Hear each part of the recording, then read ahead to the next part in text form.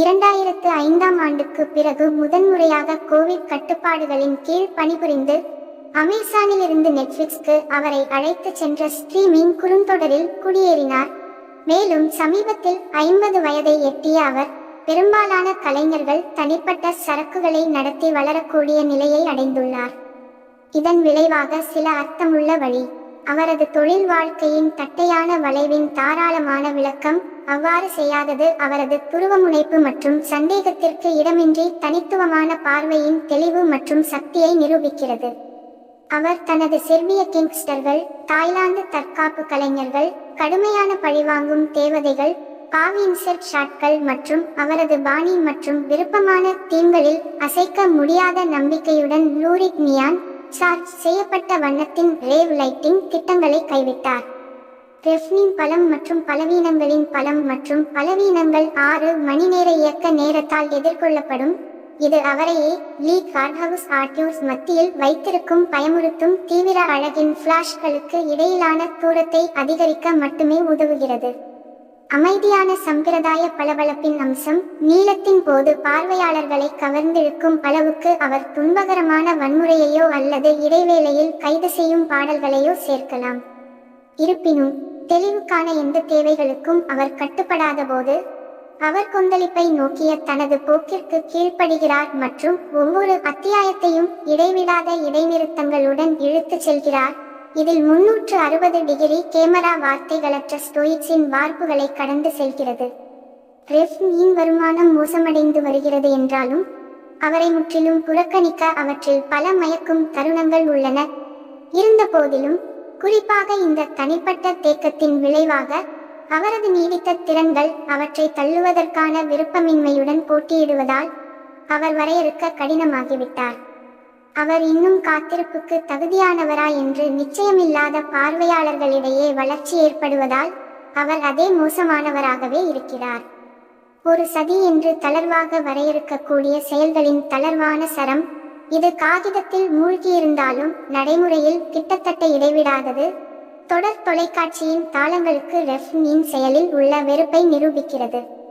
எங்கள் கதாநாயகி மீர் டென்மார்க்கின் கிரிமினல் நிலத்தடிக்கு மதிப்புமிக்க அளவு அமானுஷ்ய பண்புகளை கொண்ட வாழும் அதிர்ஷ்ட வசீகரம்.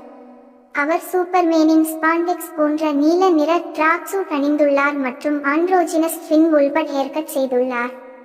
ஒரு கேங்ஸ்டர் மேட்ரியார்ச் முதல் கற்பமாக இருக்க முயற்சிக்கும் ரெஃப்னின் மற்றொரு கருப்பு சந்தை ஆபாசக்காரர்கள் முதல் ஆரிய மனநோயாளிகளின் குடும்பம் வரை சில காட்டேரி டிஎன்ஏவை கொண்டிருக்கலாம். அவர் ஒரு பண்டமாக கடத்தப்பட்டார். ஆச்சரியப்படும் விதமாக இதில் மிக குறைவானது திரையில் சுவாரஸ்யமாக இருக்கிறது.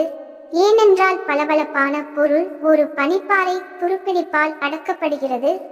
இது பேப்பர் பேக் சிலிர்ப்பை பண்டைய நன்மைக்கும் தீமைக்கும் இடையிலான ஒரு முக்கிய போராக கருதுகிறது.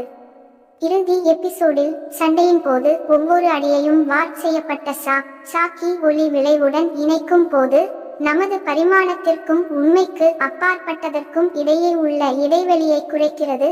மியூவின் அடிதடிகளின் அணிவகுப்புக்கு ஒரு அடிப்படை அடித்தளம் உள்ளது. இது ஒரு இணையான பாதையில் உள்ளது.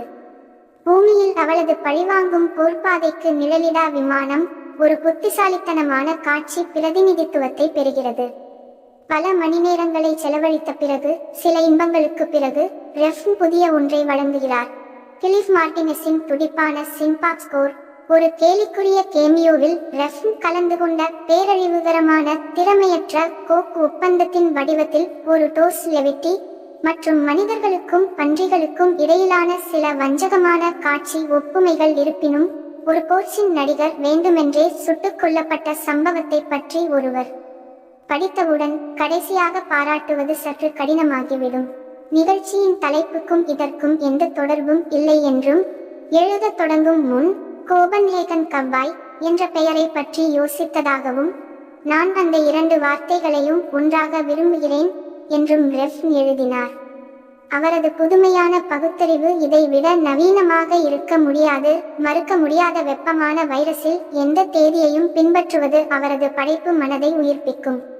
அவர் தனது வாழ்நாள் முழுவதும் ஊதா நிறத்தில் ஒளிரும் பழமையான பச்சை குத்தல்களால் மூடப்பட்டிருக்கும்.